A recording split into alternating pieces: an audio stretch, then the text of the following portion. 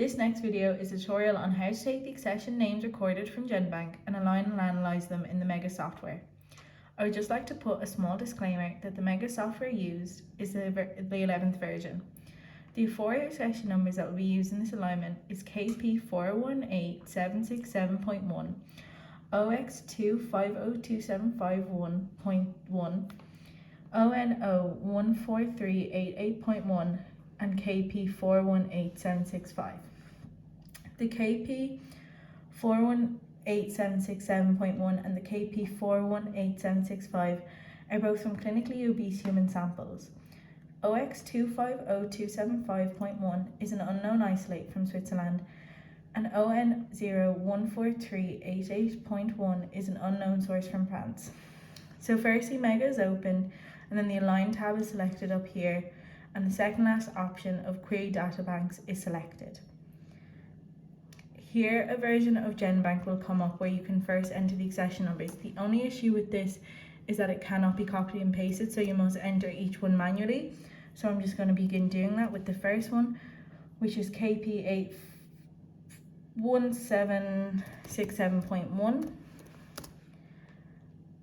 And we're just going to double check that that is the correct sequence. And as we can see here, it does say the BMI over 40, and it is the accession number that we're looking for and all the information that we found in the previous tutorial. So then you're just going to go up here and select add to alignment. You're going to OK here, and as we can see in this tab, it comes up here. So what you're going to want to do next is just double click on the long name and put in actually the accession number. This is just easier when it comes to the later analysis when looking at the phylogenetic tree. So just going to put that in like that.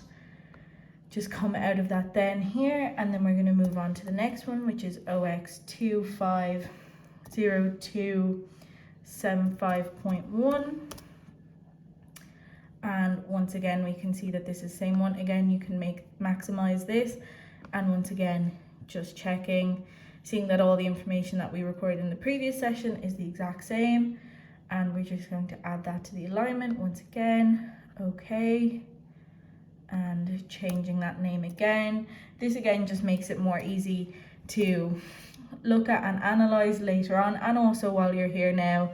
This step can also be done at the end. However, I do find doing it in between each addition is just easier, because you kind of know which one is which instead of going back after adding them all in and trying to figure out which one belongs to which accession number.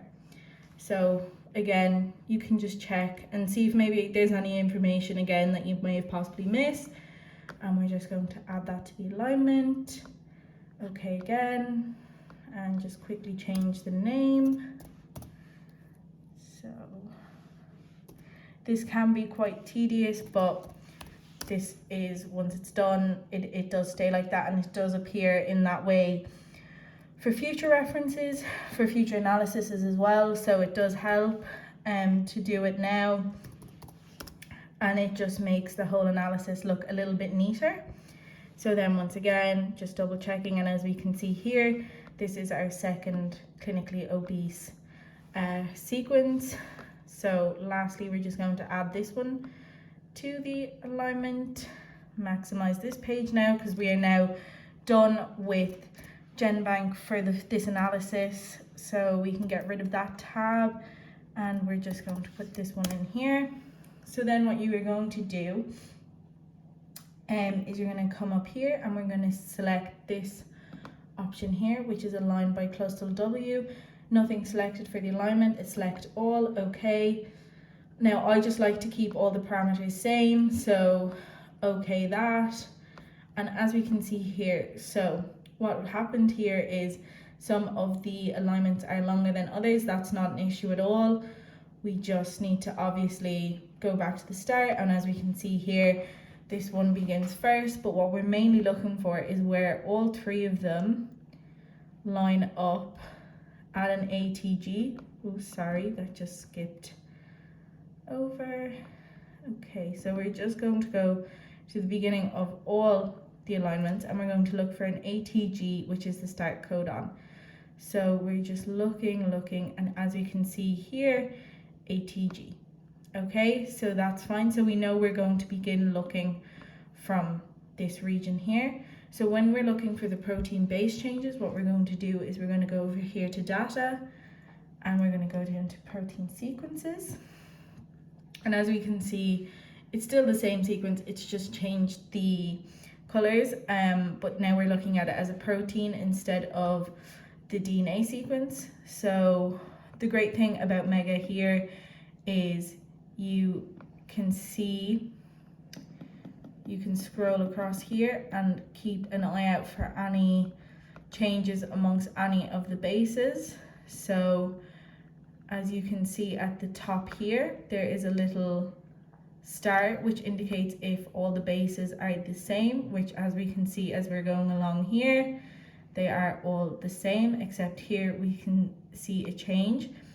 So what I would recommend here is, obviously when doing it, codons come in a trio, so you're going to want to go from the ATG codon and count in threes until you get to this change here. So what I would recommend is the best solution for doing this is, unfortunately you cannot print in Mega. So what I did is I would take from here, from the start, I took snips from each region here and then put them into a Word document, and then printed that Word document out and followed and counted threes and threes from the ATG codon, starting that as the first three and then counting groups of three from there on out. And then obviously taking note of any of the base changes and possibly where they occurred.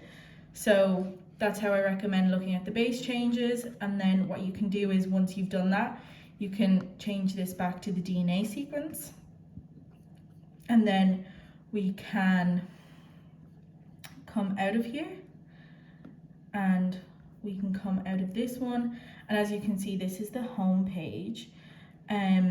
So what you're going to do is you're going to go to the phylogeny, which is here, and you're going to select this one, which is construct the neighbor joining tree,